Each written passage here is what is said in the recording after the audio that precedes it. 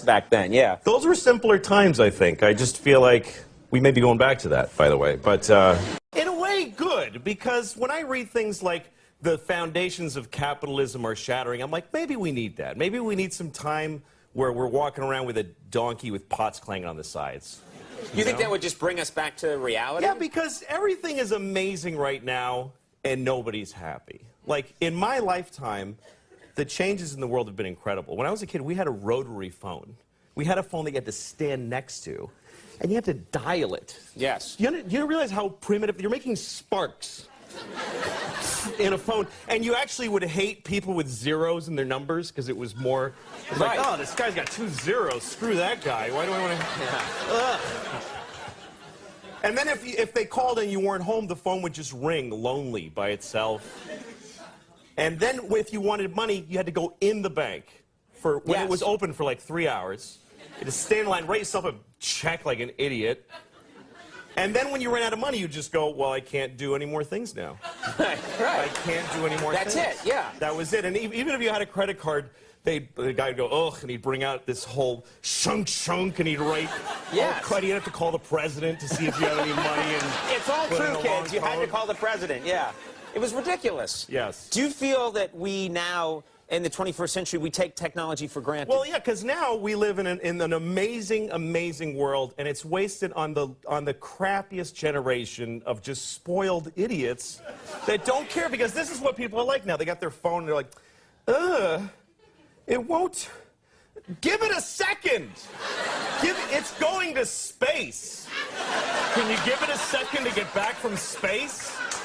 Is the speed of light too slow for you? Yeah.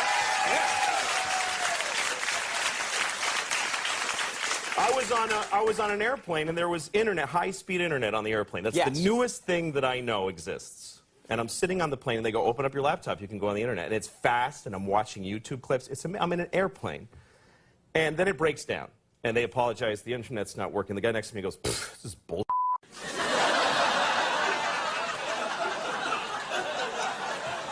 Like, how quickly the world owes him something he knew existed only 10 seconds ago. Right. And on planes,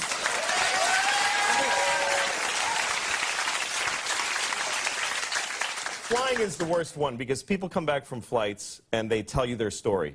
And it's like a horror story. They act like their flight was like a cattle car in the 40s in Germany. That's how bad they make it sound. Right. They're like, it was the worst day of my life. First of all, we didn't board for 20 minutes. Right. And then we get on the plane, and they made us sit there on the runway for 40 minutes. We had to sit there. Oh, really? What happened next? Did you fly through the air incredibly like a bird? Did you partake in the miracle of human flight, you non-contributing zero, that you got to fly? You're flying! It's amazing. Everybody on every plane should just constantly be going, oh my God! Wow! Yes! You're flying. You're sitting in a chair in the sky. Yes. Yeah. That's right. Now, Louis. But it doesn't go back a lot. and it's not really. You know, here's the thing. People, like, they say there's delays on flights. Yeah. Delays, really? New York to California in 5 hours. That used to take 30 years to do that, and a bunch of you would die on the way there and have a baby. You'd be a whole different group of people by the time you got there. Now you watch a movie and you take a dump and you're home. Yeah.